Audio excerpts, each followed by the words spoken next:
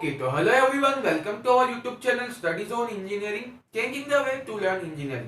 तो आज की वीडियो में हम बात करने वाले हैं बिल्डिंग प्लानिंग एंड आर्किटेक्चर का यूनिट 2 के बारे में। तो आज की वीडियो में यूनिट 2 का पार्ट 1 पढ़ने वाले हैं। तो दोस्तों सबसे पहले कंटेंट देख लेते हैं, कंटेंट क्या क्या है आज का वीडियो का। पहले पढ़ेंगे हम एनबीसी यानी नेशनल बिल्डिंग कोड्स क्या होता है वो पढ़ेंगे। फिर पढ़ेंगे types of building according to national building codes, building कितने प्रकार की होती है अकॉर्डिंग टू एनबीसी, ठीक है। फिर पढ़ेंगे हम बिल्डिंग के बाय लॉ या बिल्डिंग के बे लॉज। फिर पढ़ेंगे हम सेटबैक क्या होता है। उसके बाद देन लास्ट में पढ़ेंगे हम फ्लोर एरिया रेशियो यानी एफएआर क्या होता है। तो ये सारी चीजें बहुत ही इंपॉर्टेंट है और ये सारी एग्जाम पॉइंट ऑफ व्यू से बहुत ही इंपॉर्टेंट है। तो दोस्तों एक भी चीज को स्किप मत करना वरना आपको कुछ भी समझ नहीं आएगा। तो आइए दोस्तों वीडियो को स्टार्ट कर लेते हैं। जब बात करते हैं नेशनल बिल्डिंग कोड की, तो नेशनल बिल्डिंग कोड क्या होता है आइए देख लेते हैं। तो national building code of India is a national instrument guidelines for regulating building construction activities across the country. ये इसकी एक डेफिनेशन है। इसमें क्या लिखा गया है कि national building code of India, जो इंडिया का नेशनल बिल्डिंग कोड है, एक नेशनल इंस्ट्रूमेंट है जो कि क्या करता है, गाइडलाइन प्रोवाइड करता है के लिए बिल्डिंग कंस्ट्रक्शन एक्टिविटीज को रेगुलेट करने के लिए पूरी कंट्री के अंदर। अब इसमें क्या दिया हुआ, ये नेशनल बिल्डिंग कोड बहुत ही ज्यादा बड़ा होता है। तो आप नेट पर अगर गूगल पर सर्च मारेंगे कि नेशनल बिल्डिंग कोड पीडीएफ करके, तो आपको पीडीएफ मिल जाएगा। अगर आप पढ़ना चाहते हैं तो गूगल करके पीडीएफ उसका पढ़ सकते हैं।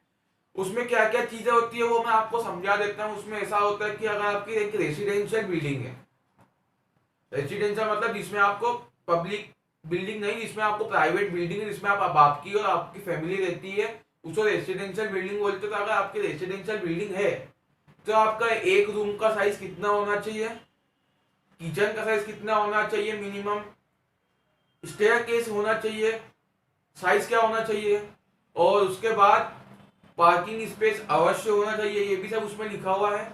और अगर आपका 500 स्क्वायर मीटर से कम है तो क्या साइज होना चाहिए, और आपका 500 स्क्वायर मीटर से ज्यादा है एरिया तो उसका आपका एक एक रूम का साइज क्या होना चाहिए वो सब उसमें लिखा गया है। और अगर कोई पब्लिक बिल्डिंग है तो पब्लिक बिल्डिंग के बारे में भी वहां पर ये सब जानकारी दी गई है कि एक पब्लिक बिल्डिंग में ऑडिटोरियम कितना बड़ा होना चाहिए, मिनिमम अगर 500 लोग हैं उसमें ऑडिटोरियम आएंगे तो उसका साइज कितनी होनी चाहिए, ये सब वहां पर लिखा गया है।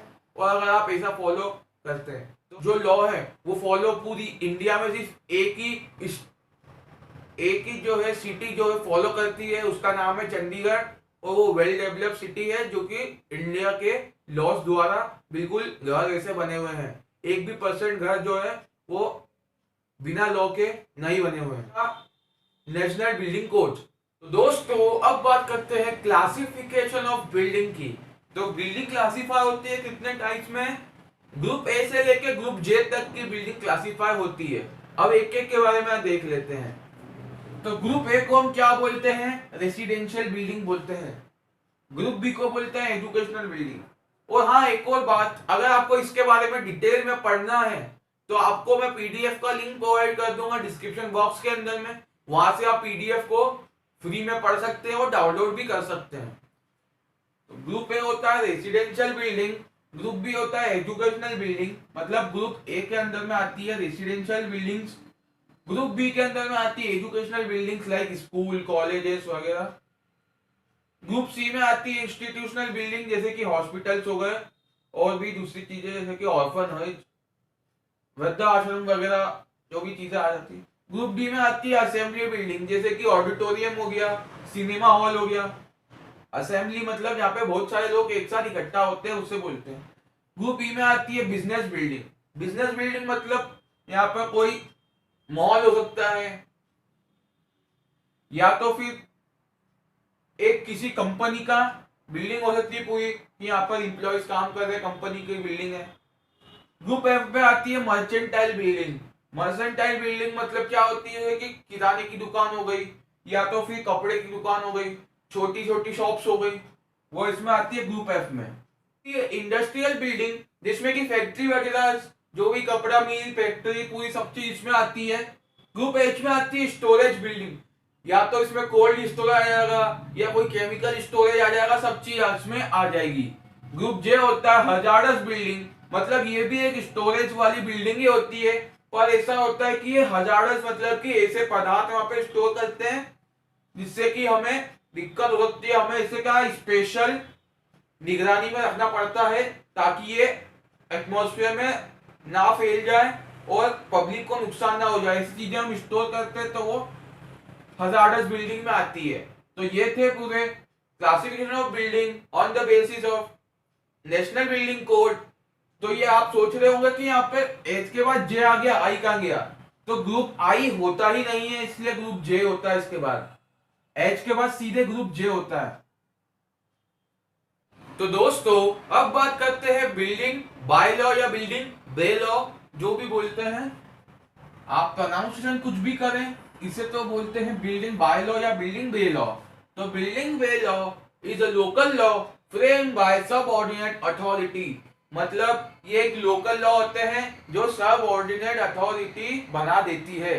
अब सबऑर्डिनेट अथॉरिटी में क्या क्या चीजें आती है, कौन कौन लोग आते हैं, उसमें आ सकती है अपनी आपकी शहर की गवर्नमेंट। अगर आप कोई गांव में रहते हैं तो आपका कोई कस्बे का जो भी एक ग्रुप बन गया होगा, या कोई ग्राम पंचायत का जो ग्रुप बन गया है उनके लॉस, और या तो फिर अगर आप किसी किसी और छोटे जगह पे रहते हैं तो वहां के जो भी एक मुखिया लोग रहते हैं उनके जो लॉस होते हैं उसी को बोलते हैं सब ऑर्डिनेट अथॉरिटी, और उनके लॉ को बोलेंगे बाय लॉ। अगर बिल्डिंग के लिए लॉ है तो उसे बोलेंगे बिल्डिंग बाय लॉ।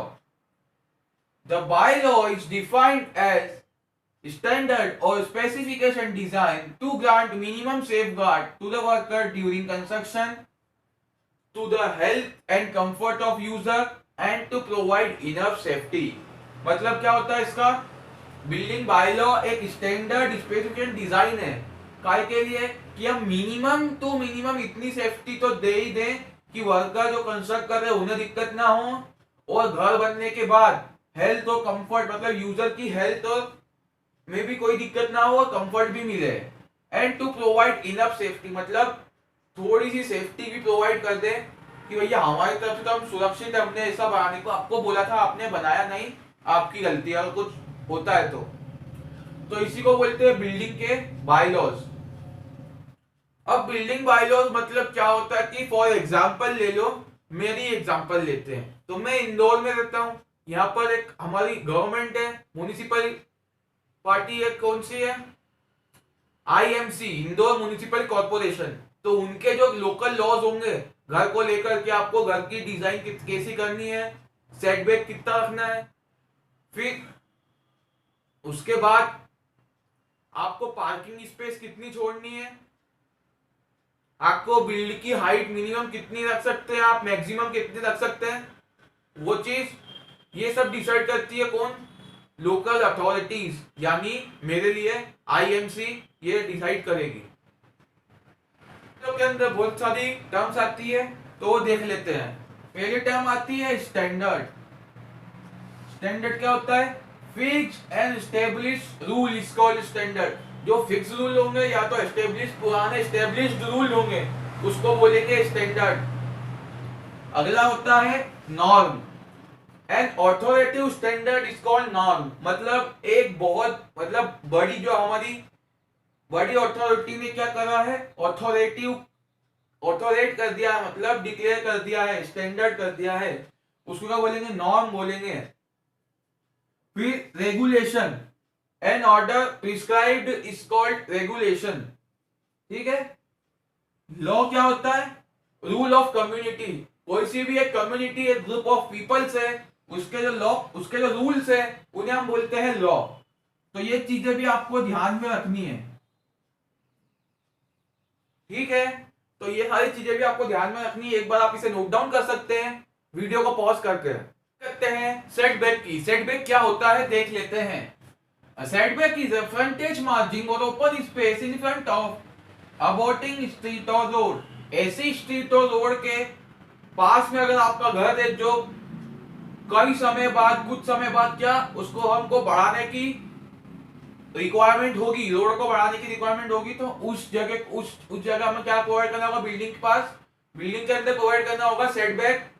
और सेटबैक क्या होता है? फ्रंटेज मार्जिन, मतलब हम हमारा जो इतना इतना प्लॉट है, हमारा हमने खरीदा इतना इतना प्लॉट, और बिल्डिंग हमने कंस्ट्रक्ट करी सिर्फ इतनी, और बाकी का क्या बोलेंगे इसको, बाकी के एरिया को बोलेंगे सेटबैक। अब the land content in setback belongs to owner property. जो लैंड सेटबैक में होता है उसको, वो भी मालिक कौन होता है? जो लैंड का मालिक होता है वही, जो बिल्डिंग का मालिक होता है वही, सेटबैक का जो लैंड है उसका भी मालिक वही होता है। पर प्रोवाइड क्यों करा जाता है?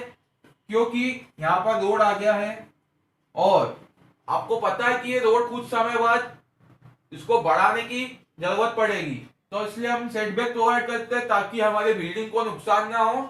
अगर बढ़ाना भी पड़े तो आपकी बाउंड्री वॉल ही चली जाए, या गार्डन वार्डन जो आपने बना के रखा हो सेटबैक के अंदर वो चले जाए।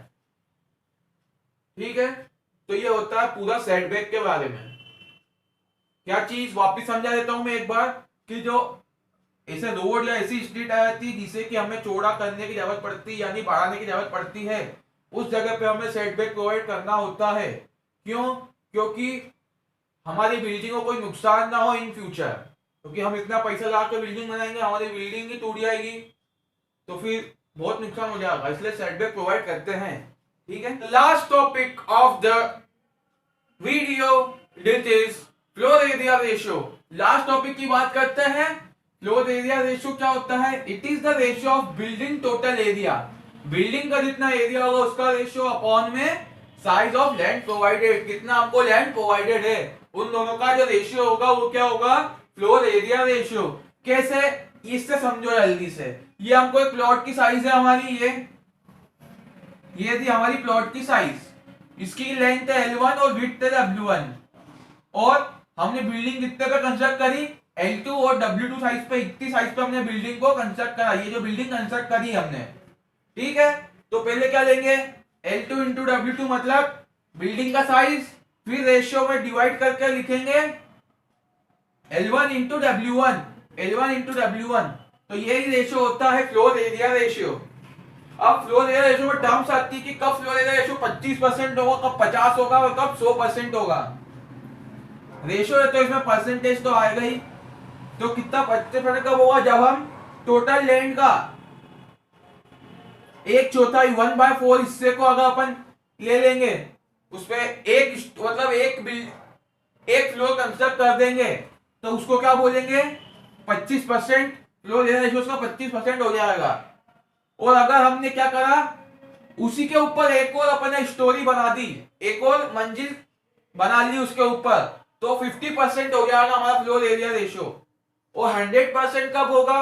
जब हमने पूरे ही लैंड पर बना लिया, या तो फिर ये वाली कंडीशन में 50% के ऊपर हमने दो बिल्डिंग बना ली, मतलब दो मंजिल बना ली, तो उससे क्या हो जाएगा? 100% फ्लोर एरिया रेशियो हो जाएगा।